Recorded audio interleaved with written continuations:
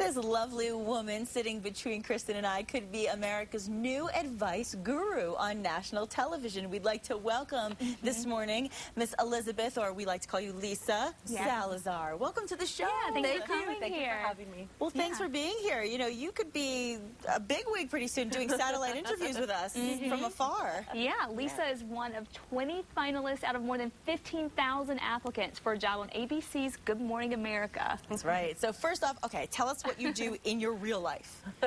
Well, right now I'm the GED director for the state, and I oversee the 30 GED testing centers. Oh, okay. So tell people who don't know what GED is. It's the General Education Development Testing. Basically, we give the GED for students who drop out of high school. Very important job. Yes. Yeah. So now would you have to give up your job if you get this opportunity? I'm not sure. Probably because the job entails giving online advice, a column, and then making appearances on different segments on Good Morning America. Right. Okay. George Stephanopoulos called this contest a search for the shows Dear Abby or Dr. Phil. Yeah. Now you have to just learn to say, girl, let's get real. That's what you have to start saying. Just practice it over and over in your head. Did you ever picture yourself in that role? Well, you know, when I heard Robin Roberts talking about it on Good Morning America, it was like they're doing a nationwide search for an advice guru. Right. It was like an arrow shot right to my heart, honestly.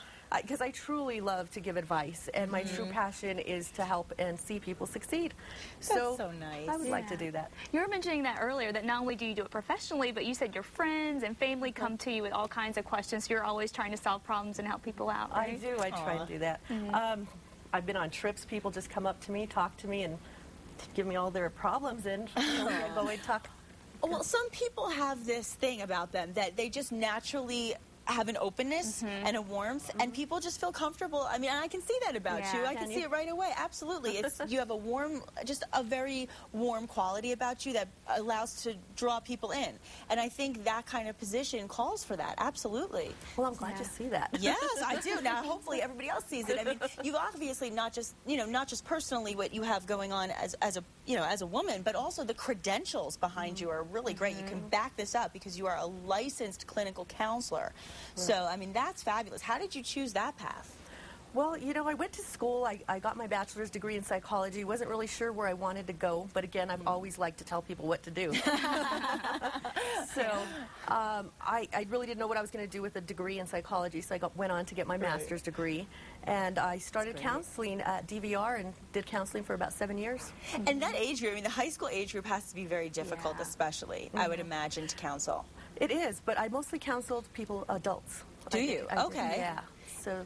Well, I mean, I think with the job position that you're looking at, would that kind of cover the gamut of every age group? It would cover the gamut of every age group. Okay. Is there any particular category that you're looking to give advice, like that you're excited about giving? Like love, money, I don't know. You know, my background is working right now with the GED testing program, so there's a lot of issues that come up with people who are just having problems going to school, parenting problems, just different things like that.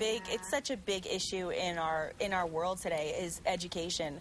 So I think for GMA to have somebody like you on hand, that's a really big plus because you kind of have a little edge on everybody else in that department, which is so important. Right. Yeah. How do they decide who wins?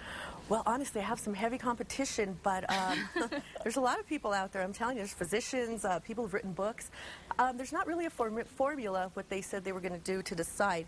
However, part of the selection process is to get a support and following. So right now I'm soliciting all of New Mexico to get behind me, get on the website and, you know, rate my advice and leave some comments, positive preferably. I have a good idea. Tell me what you think of this. If you guys go to Casa.com today, of course, you can see the link to this segment. So go to Casa.com, go to New Mexico Style, and if you have any advice, I'm putting you to the test. If you have any advice questions, you want to build a following, here's how you do it. You guys can send your questions to nmstyle@casa.com. We will forward those emails to you and give you an opportunity to kind of try out your little advice skills with some strangers. What do you think? That's absolutely fantastic. I like that idea, yeah, I think it's a great idea. And get Maybe I'll anonymously slip you some questions.